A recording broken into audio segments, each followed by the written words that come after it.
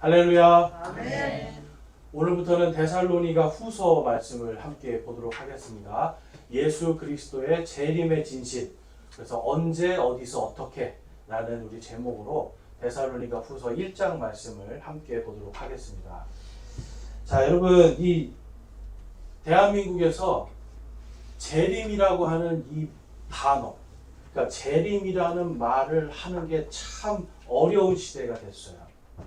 왜 그럴까요, 여러분? 왜 이 대한민국이라는 나라에, 사실 미국에 가면요, 성도님들이 예수님이 다시 오셨으면 빨리 오셨으면 좋겠다. 그래서 이야기하는 가운데서도 우리 노인분들하고 이야기할 때 그런 말씀을 많이 하세요. 우리가 언제 다시 만날지 모르는데 예수님 다시 오실 때 저곳에서 같이 만나자. 그런 말을 들을 때 눈물이 왈칵 쏟아져요. 아, 정말 우리가 다시 만날 곳이 저긴데 라는 생각을 하면서 그 예수님과 함께 공중에서 만나는 것을 소망하는 그 믿음, 그 믿음의 고백들을 정말 제가 미국에서는 많이 들었는데 한국에 오니까 워낙 이 재림에 대한 이단들이 많아서 재림이라는 것에 대한 설교나 말을 할 때 사람들이 뭔가 좀 껄끄러워하는 것을 많이 느꼈습니다. 여러분, 근데 우리가 아셔야 되는 게 예수님이 재림하셔야 됩니까? 안 하셔야 됩니까? 하셨으면 좋겠습니까? 안 하셨으면 좋겠습니까? 하셨으면 좋겠습니다. 아, 그래요? 네. 청년들 가운데는 이제 막 정말 열심히 공부해서 간신히 직장에 들어가는데 예수님이 내일 오신대요. 그러니까 다들 아니 이제 좀 뭔가 해보려고 하는데 예수님 좀 늦게 오시면 안 됩니까? 이런 친구들도 만나봤어요. 그러니까 얼마나 고생했어요. 그렇죠? 공부하고 직장에 가는 게 쉽지 않은데 내일 예수님 오신다니까 아니 하루만 더 있다가 아니면 일주일만 있다가 좀 이 맛을 좀 한번 보고 싶다는 거죠. 근데 여러분, 이 예수님은 우리 예수님의 제자들에게는 그분의 다시 오신 이 재림이 항상 소망이 돼야 됩니다. 여러분, 이 재림의 소망이 있을 때 우리가 이 땅에서 살 때 우리의 마음을 땅에 두는 것이 아니라 하늘에 두고 하나님의 자녀들로서 살아가는, 오늘 말씀처럼 정말 하나님의 왕국에 합당한 자들로서 살아갈 수 있는 그러한 마음들이 생기는 거예요. 그런데 재림을 소망하기보다는 자꾸만 내가 아파트 평수 좀 어떻게 늘려볼까? 그렇죠? 자동차를 오늘은 조그만 차를 샀는데 내일은 좀 배기량 큰 걸 타봐야 되겠다 하는 이러한 세상적인 욕심에 자꾸만 우리가 마음을 뺏기니까, 여러분, 그게 나쁘다는 건 아닙니다. 거기에만 마음을 뺏기는 게 나쁜 거예요. 실질적으로 우리가 정말 누려야 될 영광은 이 땅이 아니라 예수님이 다시 오시는 그날 우리가 다 부활하여서 공중에서 주님을 만나는 바로 그 영광이거든요. 여러분, 바로 이 재림이 우리에게는 그래서 소망이 돼야 됩니다. 그런데 이게 정말 마지막 때가 가까이 다가와서 그런지 몰라도 재림에 대해서 이상하게 말하는 사람도 너무 많고요. 이 인터넷에 들어가 보면 재림에 대해서 다 각각 이야기를 해요. 그러니까 성경 말씀으로 이야기하는 게 아니라 전부 다 어떤 사람의 글, 어떤 내가 그동안 신학교에서 배워온 것들, 어떤 신학자들의 말, 이런 것들을 따라간단 말이에요. 그러다 보니까 재림에 대한 이 진리의 말씀이 수백 가지가 돼버렸습니다. 근데 여러분, 성경에서 말하는 건 뭘까요? 성경에서 말하는 예수 그리스도의 재림의 진실은 수백 가지일까요? 한 가지일까요, 여러분? 한 가지예요. 성경에 기록된 대로. 그러니까 우리가 오늘 이 성경에 기록된 것이 무엇인가, 그거를 좀 살펴보면서 예수 그리스도의 이 재림의 진실이 무엇인가 한번 좀 살펴보도록 하겠습니다. 특별히 여러분, 이 데살로니가 전서를 우리가 보니까 전서에서는 부활에 대한 교리, 이들이 우리보다 먼저 죽은 성도들이 정말 예수님이 다시 지금 오실 때 그들이 부활을 할 것인가 안 할 것인가에 대한 걱정과 근심이 있었어요. 여러분들에겐 그런 근심이 있습니까? 없습니까? 우리 지난주까지 배워봤더니 없는 거잖아요. 그렇죠? 그러니까 이 사람들은 뭔가 열심히 하다 보니까 더 깊은 것을 조금 더 철학적으로 생각하다 보니까 성경 말씀이 아니라 자기들의 생각에 빠지기 시작한 거예요. 그래서 사도 바울이 분명하게 부활의 순서를 정확하게 가르쳐줬죠. 우리 부활의 순서 여러분 지난주에 보니까 맨 먼저 하나님의 나팔 소리가 다 들리고요. 그 다음에 누가 먼저 부활을 합니까? 기억력이 너무 좋으시네. 죽은 자들이 먼저 일어나고 그 다음에 누가 부활을 합니까? 살아남은 우리들이 부활을 하고 그 다음에 땅에서 예수님을 만납니까? 공중에서 예수님을 만납니까? 공중에서. 제가 좀 뭔가 세뇌를 시킨 것 같은데 여러분 이게 세뇌가 아니라 그냥 하나님의 말씀 그 순서를 여러분들이 아시면 이게 엉뚱한 소리 하는 거에 흔들릴 수가 없다라는 거죠. 성경에 기록된 그대로잖아요. 그래서 제가 예수님을 우리가 땅에서 만난다고 했습니까? 하늘에서 만난다고 했습니까? 공중에서 하늘에서 만나는 거예요. 주님이 우리가 올라갈 때 하늘에서 공중에서 주님의 모습 오늘 말씀에도 보니까 강력한 천사들과 함께 나타나시잖아요. 하늘에서 우리를 맞아주신단 말이에요. 여러분 예수님이 하나님의 왕좌에 앉아 계셔도 되는데 우리가 뭐라고 그분이 우리를 맞아주시는 거예요. 여러분. 우리가 그분의 영광 속으로 들어가는 거예요. 이것이 여러분 우리의 부활입니다. 데살로니가 교회는 이 부활의 교리에 대해서 데살로니가 전설을 통해서 사도 바울이 정확하게 잡아주니까 이제 그거는 이해를 했는데 한 1년 정도 지나니까 이제 이 데살로니가 후서에 가보면 이 사람들이 이제 또 재림에 대해서 고민을 하기 시작하는 거예요. 자, 왜 이런 일이 있었냐면 당시에는 여러분 이 데살로니가 교회 사람들은 귀족들이 있었다고 제가 말씀드렸어요. 그러니까 예수님을 믿으면 재산을 쌓는다거나 세상에서 성공한다거나 이런 거 다 내려놔야 돼요. 그래서 이런 걸 내려놨더니 내려놓으면 복을 좀 받고 하나님이 뭔가 좀 주셔야 되는데 그게 아니라 맨날 숨어 다니는 거예요. 박해받고 죽임당할까봐 숨어 다니고 환난과 고통 속에서 막 있으니까 이 사람들이 아니 분명히 예수님의 재림 전에 환난이 있을 것이라고 했는데 지금 우리가 이 환난기를 통과하고 있는 거 아닌가? 이 환난에 대한 그리고 예수님의 재림에 대한 이 소망이 우리가 재림을 할 때 공중에서 주님을 만나는 건데 못 만나면 어떡하지 하는 이러한 예수님의 재림에 대한 소망들이 사라지기 시작하는 거예요.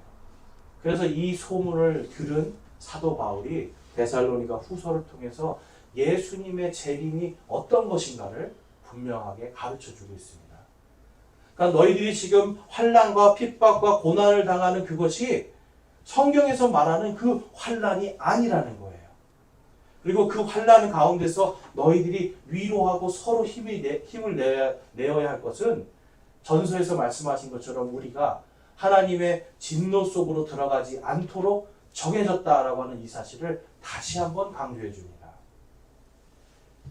여러분 예수님을 믿고 침례를 받고 그 다음에 우리가 죄를 지으면 지옥으로 갑니까?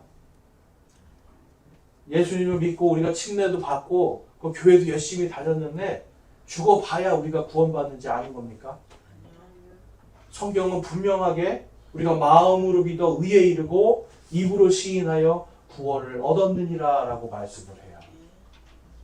그리고 우리의 어떤 행위도 하나님 앞에서 그 구원에 대해서 자랑할 것이 없게 하시기 위해서 오직 믿음으로 구원을 받게 하신 겁니다. 그러니까 여러분 예수님의 재림이나 또한 우리가 이 환난이라고 하는 이 문제 속에서 우리는 그 안으로 들어가지 않을 것에 대한 이 은혜와 감사가 있어야 되는 거예요. 이 감사 다 있으시죠? 네. 이 감사가 있고 여러분들이 아멘 하는 것은 정말 감사한 일입니다. 근데 제가 신학교를 다닐 때도 많은 전도사님들이 이 말을 하면 글쎄요 그러는 거예요. 어떤 학자는 이렇게 얘기했습니다. 어떤 학자는 이렇게 얘기했습니다. 어떤 학자들의 이야기 때문에 마음이 불안한 거예요. 그리고 자꾸 지금이 환난기다라고 이야기를 하는 거예요. 그러면서 삶 속에서 작은 환난들을 잘 이겨내고 믿음으로 끝까지 견뎌야 예수님이 재림하실 때 내가 구원받을 수 있지 않겠나라고 이야기해요. 여러분 이것이 오늘날의 재림에 대한 일반적인 여러분 신학교를 다닌다는 사람들의 기본 교리예요. 근데 여러분 성경은 그런 것이 아니라 오늘 우리에게 그 재림이 무엇인지 진실을 말씀해 줍니다. 데살로니가 후서 1장 4절에서 5절 말씀 한번 보겠습니다. 한번 같이 읽어볼게요. 4절 5절 시작. 그러므로 너희가 당하는 너희의 모든 핍박과 환난 속에서 드러난 너희의 인내와 믿음으로 인해 너희는 하나님의 교회에서 직접 그를 자랑하노라. 그것은 하나님의 의로운 심판의 명백한 증거인데 이것은 너희가 하나님의 왕국에 합당한 자로 여겨지게 하려 함이라. 그 왕국을 위하여 너희도 고난을 당하느니라. 아멘. 이 사람들에게 지금 사도 바울은 지금 당신들이 당하는 고난은 지금 성경에서 이야기한 마지막 때의 어떤 큰 환난 이런 것이 아니라 예수님을 믿기 때문에 당연하게 받는 고난이다라고 말씀하고 있어요. 여러분, 예수님을 믿는 사람들은 하나님의 왕국이 이미 그들 안에 들어와 있는 사람들입니다. 예수님을 믿지 않고 하나님을 부인하는 사람들 안에는 그러면 어떤 왕국이 들어가 있을까요? 세상의 왕국이 들어가 있고요. 물질의 왕국이 들어가 있고요. 마귀의 왕국이 들어가 있어요. 악한 것들이 그들 안에 있어요. 물론 우리가 여러분 다 정말 완전히 깨끗하다는 거 아니에요. 우리 때문이 아니라 우리의 죄를 대신해서 죽으신 예수님 때문에 우리는 지금 깨끗하다, 의롭다라고 여겨지잖아요. 우리는 하나님의 왕국에 그 부르심에 합당한 자들로 있는 겁니다. 그러니까 세상의 왕국과 하나님의 왕국이 충돌하는 건 너무나 당연한 거죠. 그러니까 여러분 예수님을 믿고 믿음으로 사는데 누군가가 예수님 때문에 나를 조롱한다? 그럼 여러분 잘하고 계신 거예요. 지금 사도 바울은 그것이 직접 너희를 자랑할 만큼 좋은 것이다라고 말씀을 하고 있어요. 믿음으로 잘하고 있었기 때문에 그들이 받는 환난과 고통, 고난, 그리고 그것을 인내하고 믿음으로 견디고 있는 것을 정말 잘하고 있다라고 자랑하고 있는 겁니다. 여러분 데살로니가 전서에서도 데살로니가 교회는 칭찬받고 본이 되는 교회였어요. 그러니까 이 사람들은 이러한 믿음으로 뭔가 환난과 핍박을 잘 견디는 것은 잘하고 있었는데 그런 가운데서도 계속해서 이 복음에 대한 부분들과 재림과 부활과 이러한 것들에 대한 많은 갈등들이 생기는 겁니다. 그것은 여러분 다른 것이 아니라 데살로니가 교회 안에도 유대인들의 세력들이 컸기 때문에 그들 가운데서 아직도 구약시대의 이 율법과 신약시대의 예수님의 이 은혜의 법 가운데서 그들이 온전하게 구별을 못하는 겁니다. 그러니까 시대를 분별하지 못하고 있었던 상황. 그러나 사도 바울은 그들이 믿음으로 구원받고 믿음으로 인내하는 것이 바로 그들이 하나님의 왕국을 소유한 자들, 의로운 자들이라는 것의 명백한 증표다라고 말씀을 하고 있어요.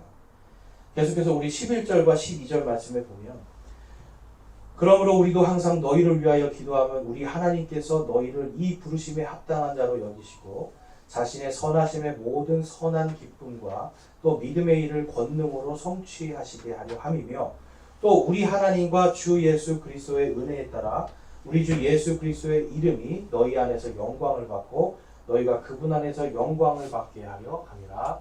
아멘.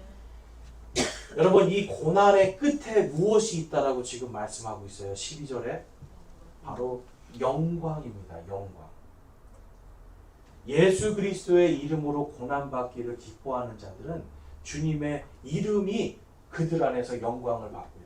또한 주님께서 다시 오시는 그날 예수님 안에서 영광을 받는 부활과 또한 상속과 하나님의 왕국에서 왕과 제사장으로 통치하는 그 영광이 그들 안에 있다라고 말씀을 해요. 그런데 이 모든 것이 예수 그리스도의 선하심 안에 있다. 그분이 선한 기쁨과 또 믿음의 일을 권능으로 성취하실 것이다 라고 말씀을 합니다. 여러분 성경은 항상 맨 마지막에 성취가 되어야 되는 놀라운 비밀이 있어요. 성경에 보면 어떤 대언자가 나타나서 주의 이름으로 막 예언을 했는데 그 예언이 틀리거든 어떻게 하라고 합니까? 아무리 그 사람이 어떤 권능을 부려도 그를 두려워하지 말라고 해요. 왜냐하면 하나님의 말씀은 반드시 성취되기 때문에. 여러분, 예수님을 믿고 우리가 구원을 받습니다라고 하는 이 말씀이 반드시 성취가 됨을 믿으십니까? 여러분, 그 믿음이 있어야 우리가 하나님의 말씀을 믿는다라고 할 수 있는 거예요. 그런데 그 말씀은 그래도 내가 조금만 믿어볼게요 하는 믿음이 아닌 거죠. 지금 여러분, 사도 바울은 데살로니가 후서에서 바로 우리에게 기다리고 있는 그 영광이 있기 때문에 믿음으로 계속해서 버텨나가고, 그리고 이제 우리가 볼 것은 예수님께서 언제 오시고 어떻게 오시고, 그리고 예수님이 왜 이 땅에 심판을 주시는지에 대한 부분을 사도 바울은 분명하게 1장에서 말씀하고 있어요. 여러분, 예수님 언제 오시나요? 몇 월 며칠 몇 시에 오시나요?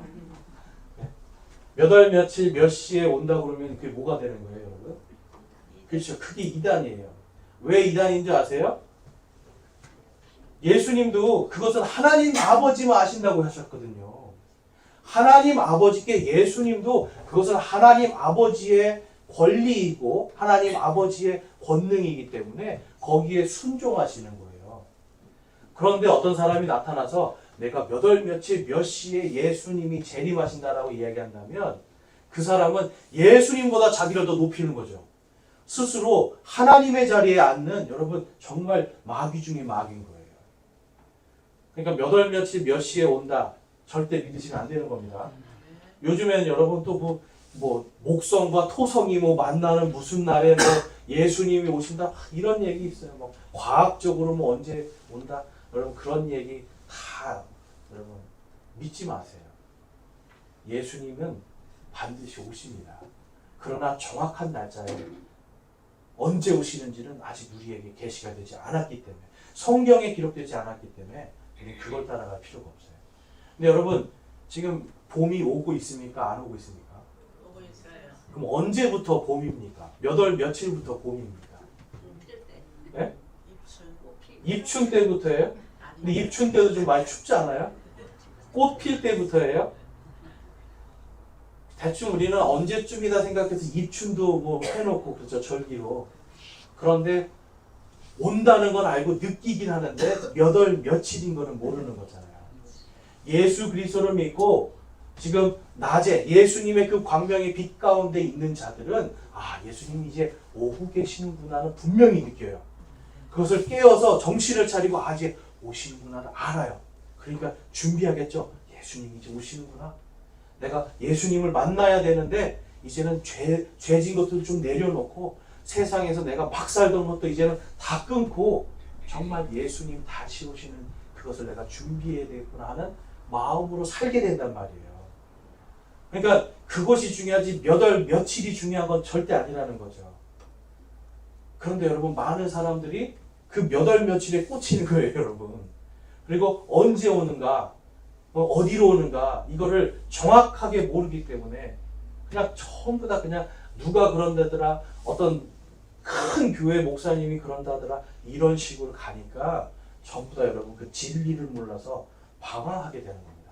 자, 그러면 예수님이 언제 오시는가? 오늘 본문 말씀에 기록되어 있습니다. 6절에서 9절 말씀인데요. 자, 6절에서 7절 말씀 한번 같이 읽어보겠습니다. 시작. 너희를 괴롭게 하는 자들에게는 혼란을 받으시고 괴로움을 당하는 너희에게는 우리와 함께 안식으로 하시는 것이 하나님께서 의로운 일인즉 주 예수님께서 자신의 강력한 천사들과 함께 하늘로부터 나타나사. 아멘. 분명히 데살로니가전서 4장과 5장에서는 우리가 다 공중에서 주님을 만날 것이다 미리 다 얘기해 놓으셨고, 그 진노 가운데 하나님의 그 심판 가운데로 들어가지 않을 것이다 라고 말씀했잖아요.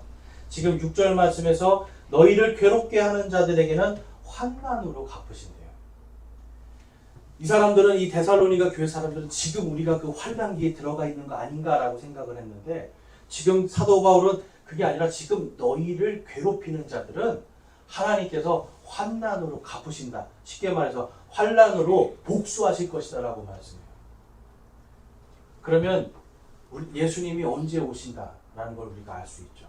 더군다나 7절 말씀에서는 강력한 천사들과 함께 하늘로부터 나타나시는 거예요.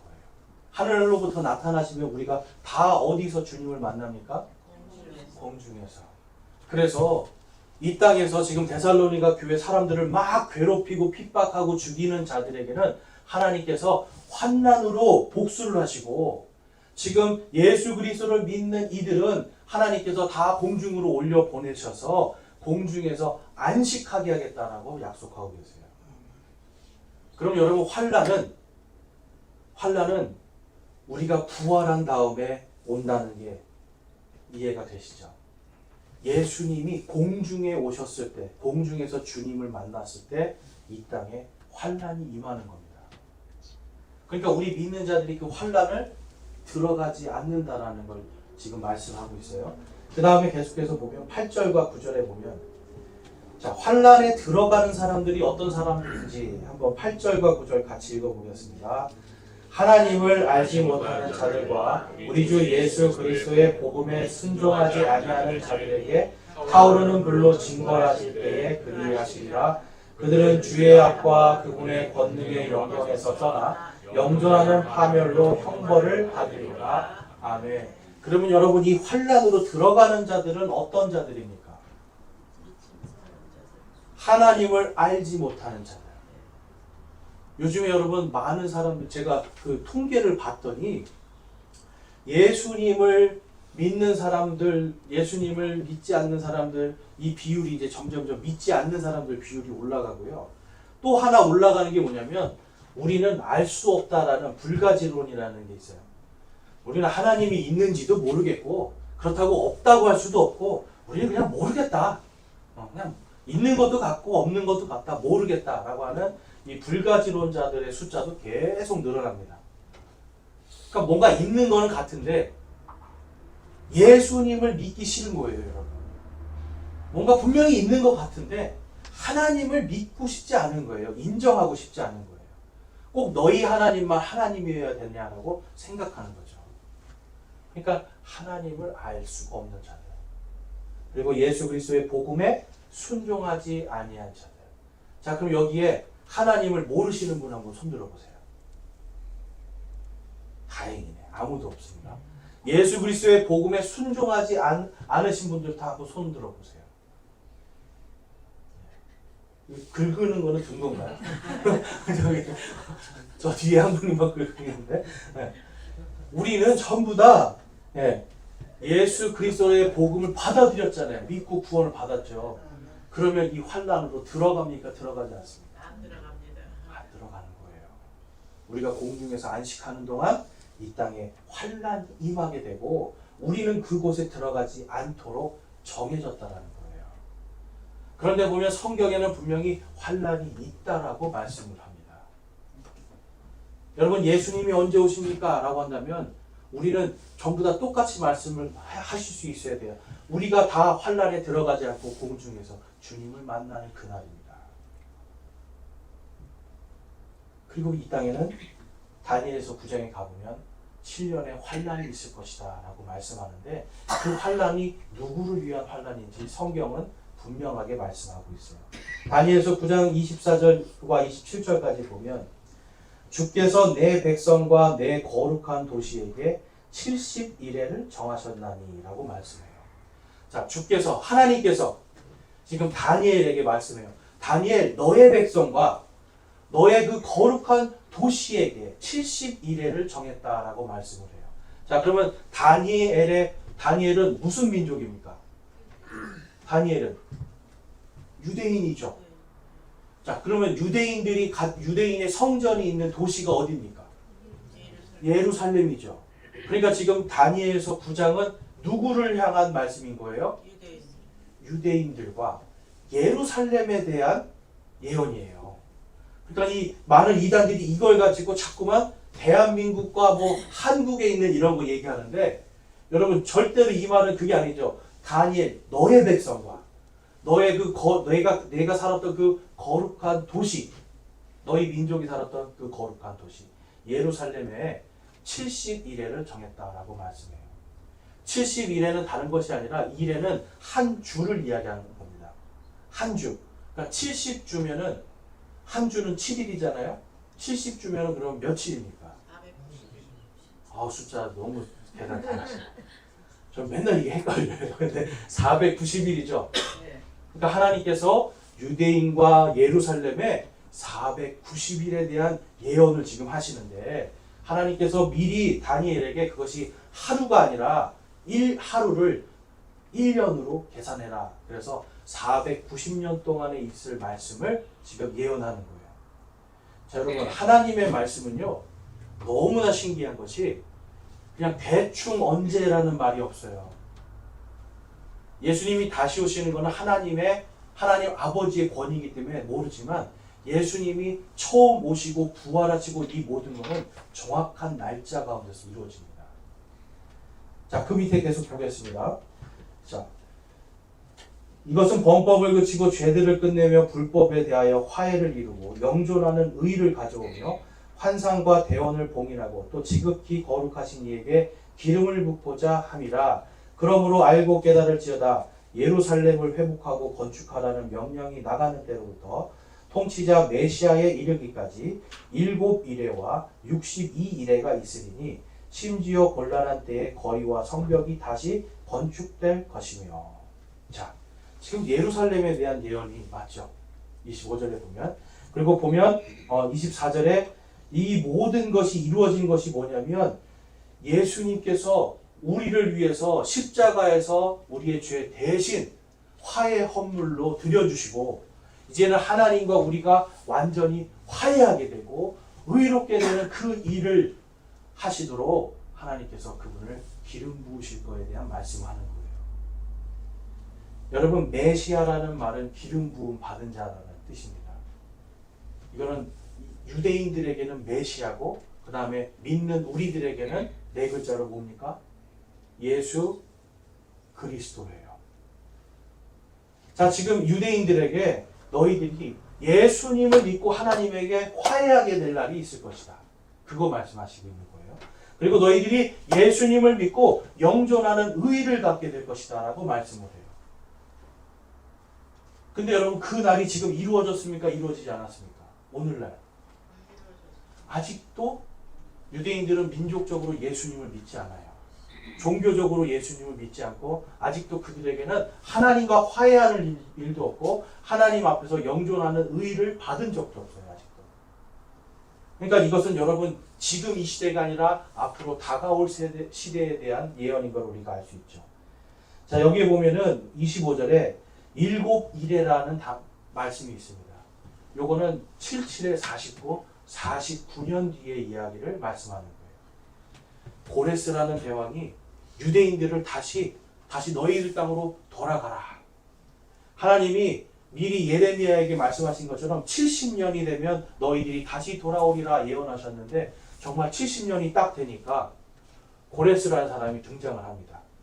이사야는 고레스가 태어나기 한 200년 전에 이미 그 이름을 이야기해요. 고레스라는 사람이 나의 종으로서 너희를 다시 보낼 것이다. 근데 여러분 정확하게 그 고레스라는 사람이 이들이 포로로 잡혀간 지 70년 뒤에 자 이제 너희들 다 예루살렘 가서 성전도 짓고 성벽도 다시 건축하고 회복시켜라 하면서 이스라엘 백성들을 다시 보내요. 왜 보냈다고요? 성전을 회복하고 예루살렘을 다시 세우라고. 하나님 말씀대로 되는 거예요. 지금 다니엘 말씀대로.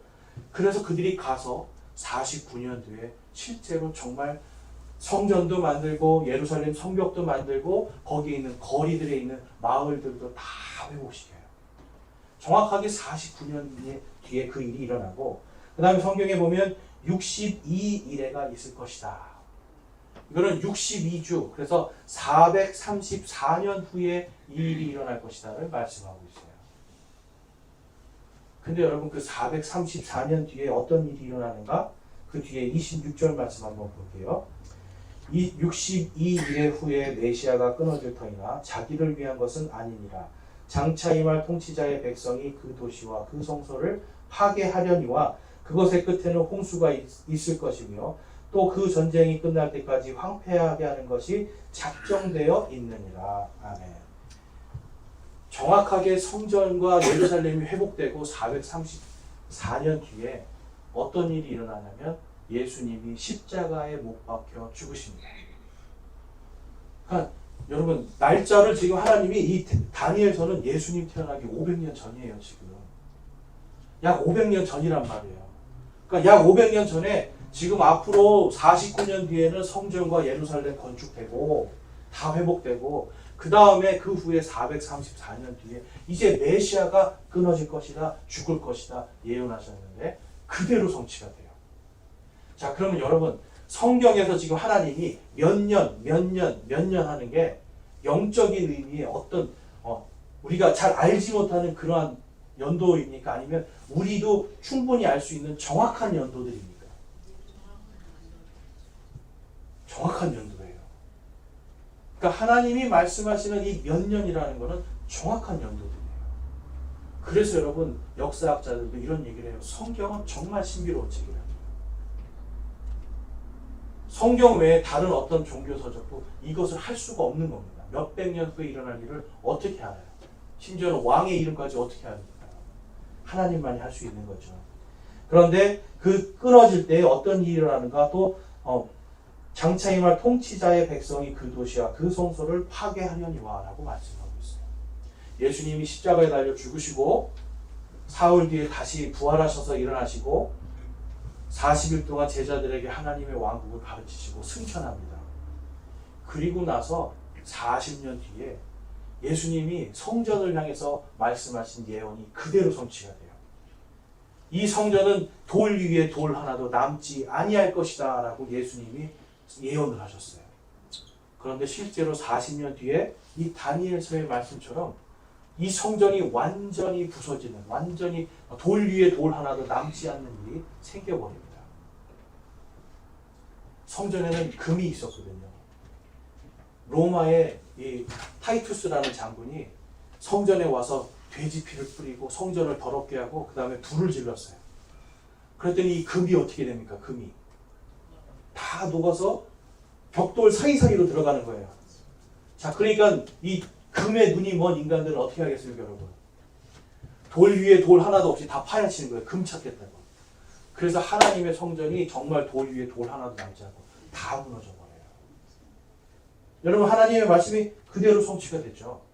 그 다음에 26절에 그 뒤에 있을 말씀은 이제 앞으로 미래에 있을 말씀까지 같이 함께 이야기를 하시고 27절에서는 그가 많은 사람과 한 일해 동안 언약을 확정하리니 라고 말씀해요. 한 일해는 일주일, 7년을 이야기하는 겁니다. 그럼 여러분 앞에서 우리가 봤더니 정확한 연도였잖아요. 그럼 이 7년도 막연한 7년일까요? 아니면 정확한 7년일까요? 정확한 7년이죠. 근데 여러분 이 대한민국은 그렇게 안 믿는 목사님들이 90%입니다. 이 70년은 그냥 막연히 긴 시간이라는 거예요. 그냥 어떤 완전해지는 숫자라는 거예요. 완전해지는 숫자. 우리가 믿음으로 잘 끝까지 버텨서 구원받는 완전한 숫자지 이거는 정말 7년이 아니라는 거예요. 그래서 오히려 정말 7년으로 믿는 사람들을 무식하다고 얘기를 합니다. 저와 여러분 좀 무식해져도 괜찮죠?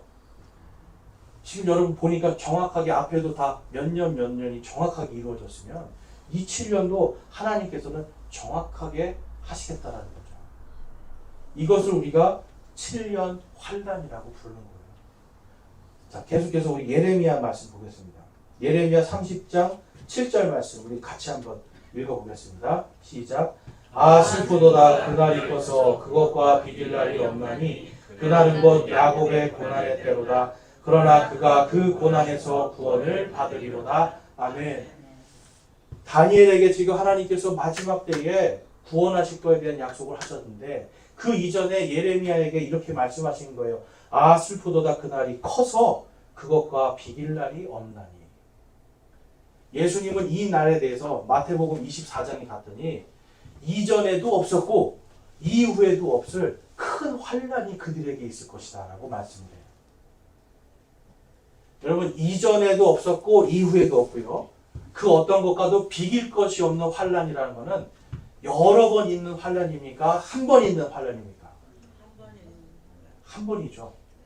이게 논리적으로 생각해 보면 이전에도 없었고요. 이후에도 없어요. 그럼 딱 한 번이란 말이에요.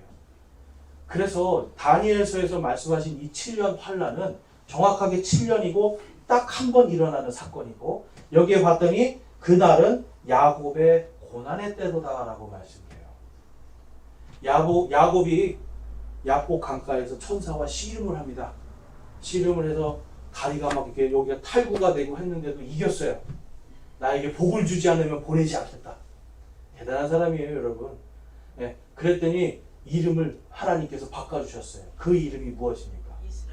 이스라엘. 자, 지금 이스라엘이 이 땅에 있습니까, 없습니까? 중동에 지금 여러분 하마스랑 전쟁하잖아요, 이스라엘. 우리는 눈으로 보고 있잖아요. 그럼 여기서 말하는 그 야곱의 고난의 때, 이스라엘의 고난의 때는 영적인 이스라엘입니까? 실제로 지금 저기 있는 저 이스라엘입니까? 실제로 있는 저 이스라엘이에요, 여러분. 그런데 이것도 그냥 영적인 이스라엘이라고 자꾸 해석을 하니까 자꾸 아까 우리 데살로니가전서 후서 말씀에서는 우리는 환난 속으로 들어갑니까, 안 들어갑니까? 예수 그리스도를 믿는 자들은 안 들어가는데 자꾸 이거를 영적으로 이 야곱이 우리다라고 고백을 하는, 이 야곱이 우리다라고 하는 그러한 목사님들의 가르침 때문에 대한민국은 지금 지난 여러분 100년 동안 이 고난에 우리가 들어가야 된다는 거예요. 여러분 이단들도 보세요. 다 지금 이 고난을 지나가는데 여기서 자기들 교회 안 오면 다 구원 못 받는다고 이야기하는 거예요. 비슷하지 않습니까, 서로 여러분? 예수님의 재림이 언제 어떻게 일어나는지를 정확하게 성경 말씀으로 알아야 되는데 성경 말씀을 알지 못하니까 시대도 모르고 대상도 모르니까 막 헷갈리는 거예요. 그러니까 그냥 이거는 영적인 어떤 날입니다 그러는데 성경은 정확하게 7년 이 세상에 단 한 번 있는 그 고난, 그리고 그것은 누구를 위한 겁니까, 여러분? 유대인들, 이스라엘을 위한 고난이에요. 이 7년 동안 이스라엘 사람들은 다니엘서를 통해서도 보고 신약 성경을 통해서도 보고 느낄 겁니다. 아, 예수님이 정말 메시아구나. 내가 이제라도 예수님을 믿고 빨리 구원을 받아야 되겠구나. 요한계시록에 보면 이 말씀들을 듣고 지키는 자는 복이 있다라고 말씀을 하고 있어요. 유대인들이 그 요한계시록 말씀을 듣고 야, 내가 지금 이대로 살지 않으면 내가 죽겠구나. 666 표를 손 안에 이마 안에 받으면 내가 안 되겠구나. 목베임 당해도 내가 견뎌내야겠구나. 믿음으로 살아가야겠구나 하는 이 소망을 갖는 거란 말이에요, 여러분. 그런데 그거를 자꾸만 믿는 자들이 이 환난에 들어갑니다라고 이야기를 해버리니까 그 안에서 여러분 소망도 없고 내가 이렇게 살다가 죄 지으면 내가 지옥에 떨어질 텐데 멸망으로 가지 않을까 막 이런 고민들을 하면서 두려워하고 있는 거죠. 여러분 그거는 복음이 아닙니다. 기쁜 소식은 예수 그리스도의 복음을 받아들인 자들은 그 환난에 들어가지 않는다는 게 복음이죠. 여러분 내일 큰 환난이 있는데 여러분 거기 들어가실 겁니다. 그럼 복음이에요? 좋은 소식이세요? 절대 아니잖아요. 그런데 내일 분명히 환난이 있는데 예수님이 못 들어가도록 이미 정해놨습니다. 여러분들은 이미 그 안에 공중으로 부활하여 올라갈 것이 정해져 있습니다라고 한다면 여러분 내일이 두렵겠습니까? 내일이 기다려지겠습니까? 별로 안 기다려지세요, 여러분? 기다려지는 거죠. 데살로니가 후서에서 지금 그거 말씀하고 있는 거예요. 바로 그 날을 너희들이 소망해라. 그러면 예수님이 어디로 오시는가? 스가랴서에서는 다음과 같이 말씀해요. 14장 4절에서 5절 말씀에 보면 그날에 그분의 발이 예루살렘 앞 동쪽에 있는 올리브산 위에 설 것이요. 그 뒤에 우리 같이 한번 4절 말씀 한번 읽어보겠습니다. 올리브산이 거기에 한가운데서 동쪽과 서쪽으로 갈라지므로 심히 큰 골짜기가 생길 것이며 그 산의 반은 북쪽으로 그 산의 반은 남쪽으로 이동하리라. 아멘. 여러분 예수님이 환난이 다 끝나면 다시 땅으로 내려오시는 거예요. 그때 우리는 공중에서 예수님과 함께 오죠. 성경에 보니까 우리가 희고 깨끗하고 고운 아마포 옷을 입고 흰 말을 타고 온다고 그랬어요. 우리 도준 형제가 오늘 희고 깨끗하고 고운 나이론 옷을 입고 있습니다.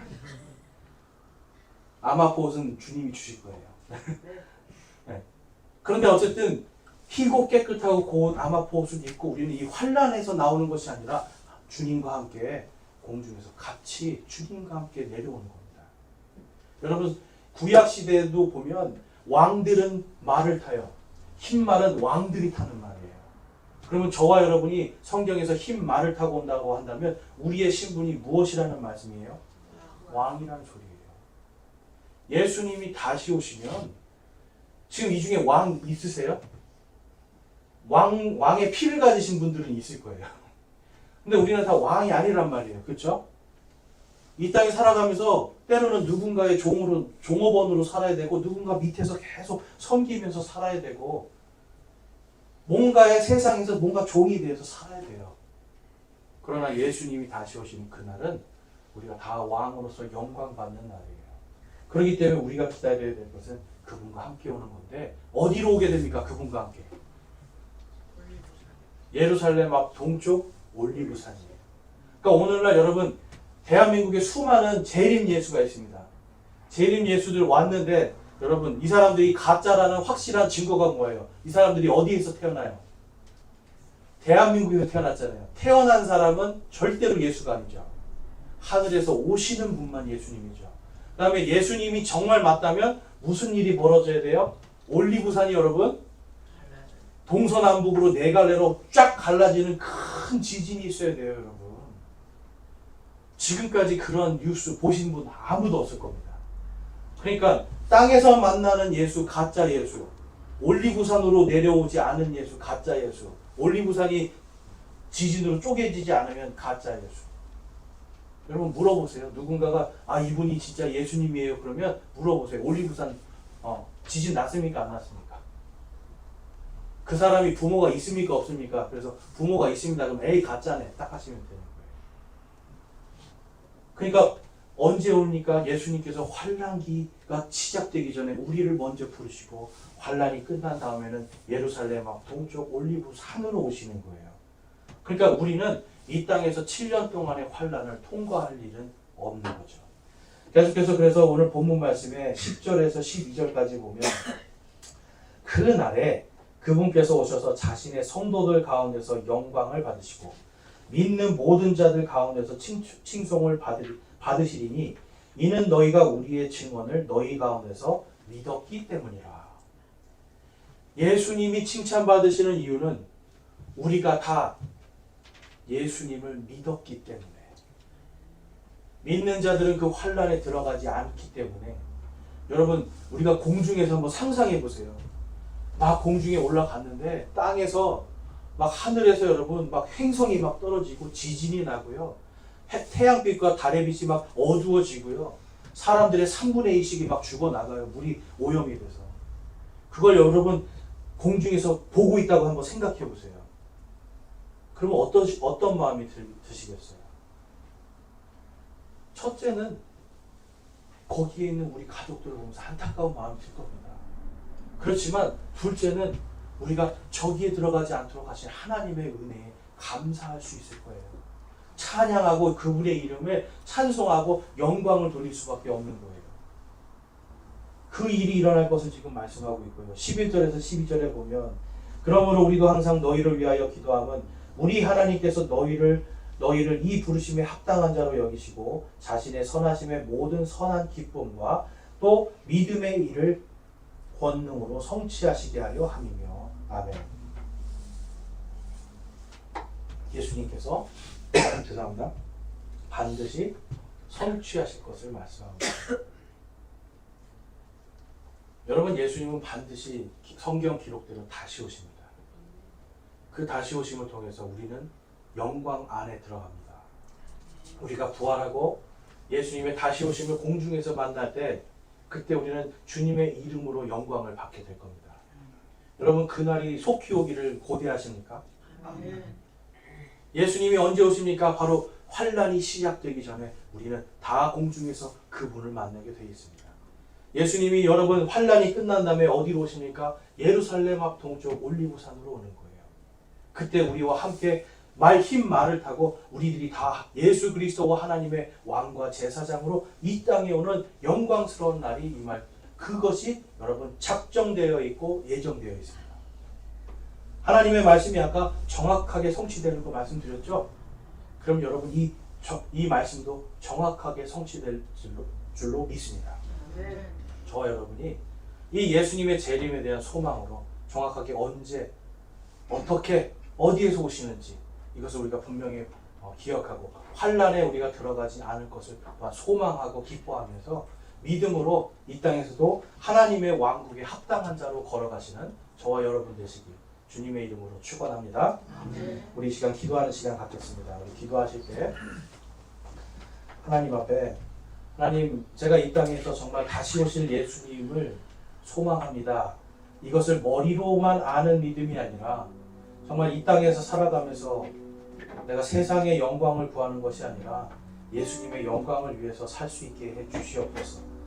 내가 세상의 돈과 명예를 쫓아가는 삶이 아니라 예수님께서 나에게 주신 오늘 하루를 감사하고 주신 것에 감사하며 주신 구원과 은혜에 감사하는 삶을 살게 하옵소서라고 우리 함께 기도하고 결단하는 시간 갖도록 하겠습니다. 기도하겠습니다.